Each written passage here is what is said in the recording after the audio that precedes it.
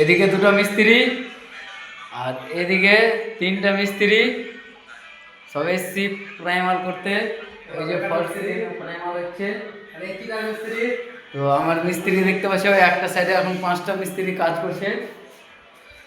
এই যে এই মানুষটা কেউ চিনো? কোথাকার আছে অবশ্যই কমেন্টে বলবে তোমরা যে চিনতে পারো।